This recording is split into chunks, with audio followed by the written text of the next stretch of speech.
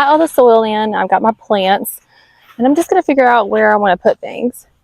So I kind of have a general idea of where I want to put things, but I'm just going to take it all out, map it out. Some of it's not going to go in this bed, some of it's going to go in the tilled spot. I also have mulch. I'm very lucky that we had some trees that were carved down and broken up, and so I've got some natural mulch, which is one of the best things that you can have. So you know it's good, hasn't been sprayed. This one kind of looks funny. Tomato. I pretty much forgot what I have bought at this point, to be honest with you. Peppers. I'm going to put just peppers and separate them out. Pepper, tomato, pepper, cucumber, pepper. I can tell with a lot of these what they are. I recognize the leaves. This is definitely cucumber. Maybe I should try to guess. This one is pepper. Yes. This one is tomato. Ah, zucchini. Failed that one. Pepper. I know this is pepper because I see a little pepper on it. What kind is this? Banana pepper, most likely, but oh my gosh. I bought way too many peppers, to be honest. Tomato. Okay, not enough tomato. I bought too much pepper. It's gonna be fine, it's all fine. But where's my zucchini? That's so weird. Oh, yes, zucchini. Okay, so now I'm gonna figure out where I want to plant stuff. Zucchini needs to be at the end because it likes to get big, and you don't want it to be in the middle where it's shading your other plants. Tomatoes and peppers can be planted beside each other, but you definitely don't want the tomato to get big and shade your peppers. You have to space them enough that the pepper gets enough sun.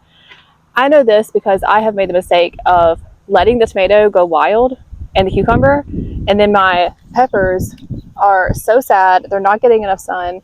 So what I'm going to do this time in this bed is that I'm not going to try to plant too much. I'm just going to plant a good enough amount of tomato, cucumber, pepper, the zucchini, but I'm not going to plant everything.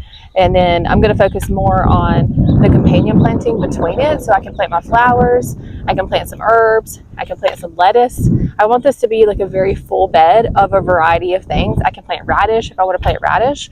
So I'd rather focus on that because I have a very large tilled garden space that I can plant more things in. So we're going to focus more on variety on this bed, and we're not going to focus on planting everything in one spot. So let's get to mapping it out.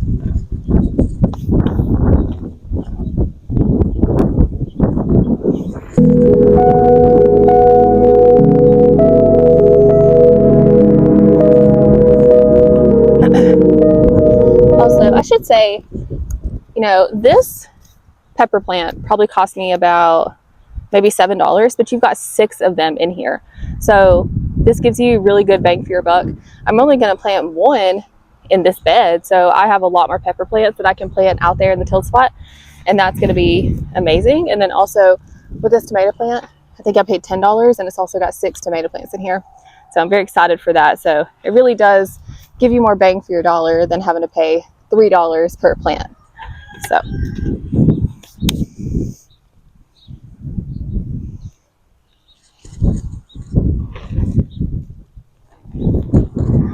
I don't know if you can see, but I'm also putting cucumber at the end because it does like to get big also. And I love cucumber and I want to grow a lot of it.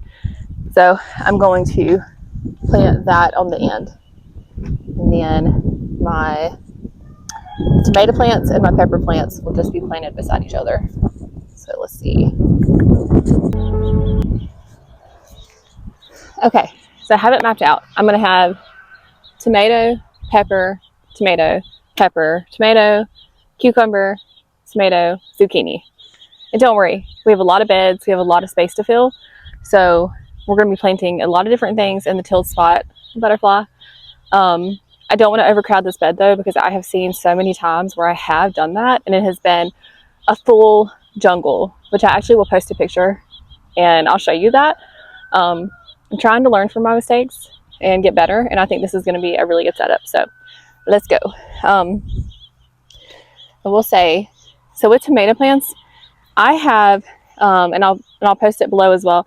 You can make a really good fertilizer, a natural fertilizer, by soaking banana skins, or banana peels. So I did that last night. Ideally, you'd like to let it soak for about 20 or 48 hours, but I just let it soak for 24 hours because I knew I'd be planting today. And so when I dig my dirt, I'm just going to pour a little bit of that in and give it some natural fertilizer. I've seen where a lot of people will crack a whole egg into the holes that they're going to put their plants in. But with that, it takes about 3 to 6 months to actually get the nutrients in it for it to break down, for that egg to break down in the yolk. It's going to take a long time for it to get the nutrients. I don't know about you, but I would rather maximize that time and have it have nutrients a lot sooner. So we're not going to do that this time. But I will say, crushed up eggshells are really good. So that can be something that can give you some nutrients really fast. But for now, we're just going to use the banana peels. So what we want to do for tomatoes. Ooh. Okay. So I'm actually going to take this bottom part off. We're going to be trimming the shit out of this thing because we don't need all this. Now, if that was one that was a little bit bigger, I would actually saved that and propagated it. And I'll show you that in another video, which I might do that with this one. You can take some of these and you can put it in water and you can propagate a whole new tomato plant. I think that's probably what I'll do with this one. But what we're going to do is we're going to take off the stems at the bottom. We don't need that. We're going to be planting this at the bottom stem. So you're not going to plant it where the dirt starts. You're going to plant it where the first stem is. So you want to plant it pretty deep. If I was a completely beginner gardener and I was starting from scratch and I didn't know what to plant, this is what I would plant. This is 100% the starter veggies that I would do. Pepper, tomatoes, zucchini, cucumbers. They are a little bit more forgiving. You get more yield for your money. They are just fun. You know, there's so many things that you can cook with these. It's fun for kids. I feel like it's just the best all around because they just grow well most of the time in most conditions. So I would say these are the ones that are less finicky. And if I was going to start with a garden, this is what I would plant.